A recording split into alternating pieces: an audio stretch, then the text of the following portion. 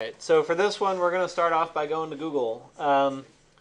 The thing we're going to do is look at a couple of filters that we can start to overlay onto our image. Okay, so the one I want you to focus on first is take a look at this image.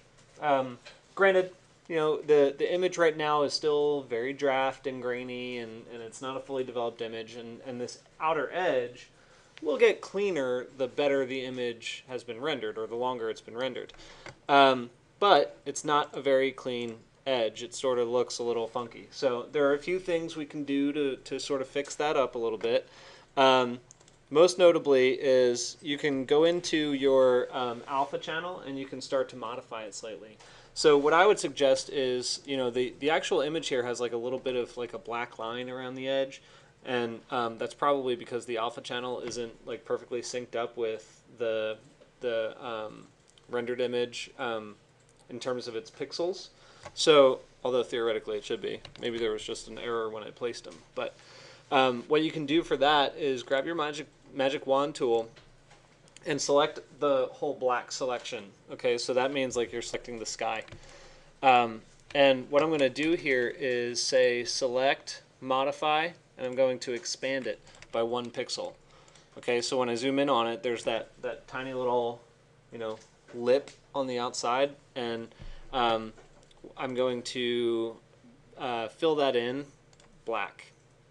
But unfortunately, like if you just try to fill it in using the paint bucket tool, you'll notice that it sort of takes a couple of clicks for it to go all the way in. That's just a product of how it calculates those pixels. Let me rephrase that. When you're not specifically filling a totally continuous color. Does that make sense? So there is a little bit of gradient here. Let me zoom in on it even more. Okay. Edit. Let's step forward. All right. So that's the situation when I've sort of pushed it in. But notice how every single one of these edges is not totally black. Okay. It's not completely black. So if I'm going to use my paint bucket tool, if I paint it on the black selection, all it does is it sort of bleeds it out a little bit. So it'll take some of those gray elements and it'll paint over them. And then as you continue to click, it just starts to sort of bleed out a little bit more. So that's one way you could do it.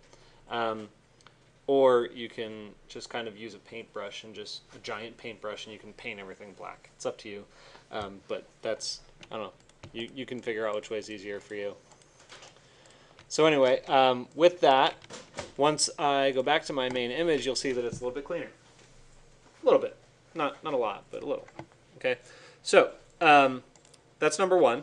The other thing that's going to help clean this thing up a little bit is to give it more of like an overlay in a way. So I like to, and this is more of a representation technique than it is anything else. It's not really very technical. It's just a way of getting your eyes off of the imperfections of the model that you've created.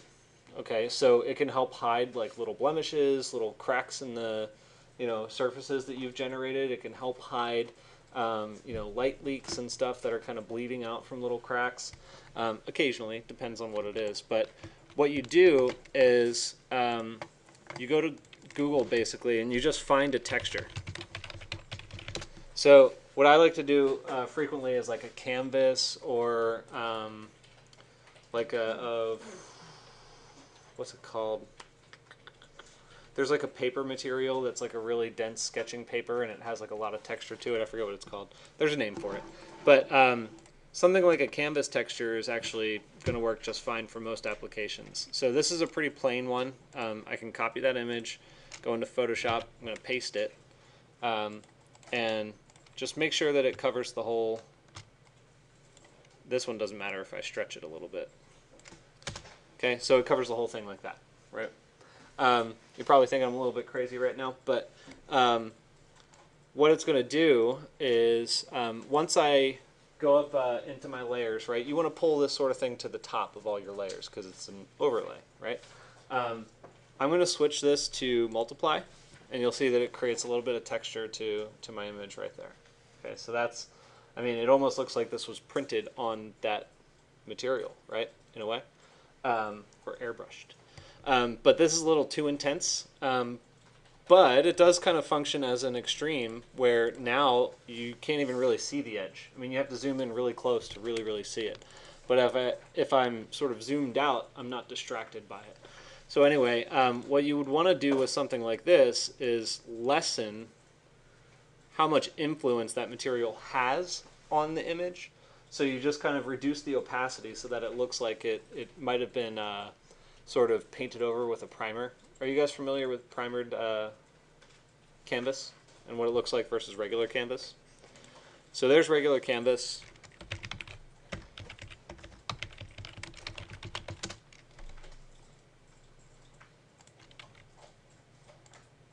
This is a very light primered canvas, but this is a kind of typical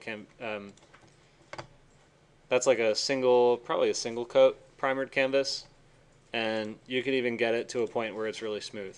Okay, so that's what I'm getting at, is that you want to look at sort of you want to make it feel more of like a primered canvas, which is something that gets printed to a little bit easier. So anyway, those are my 2 tips for helping to clean up edges and blemishes and stuff like that. So outside of that, what questions do you have? No questions.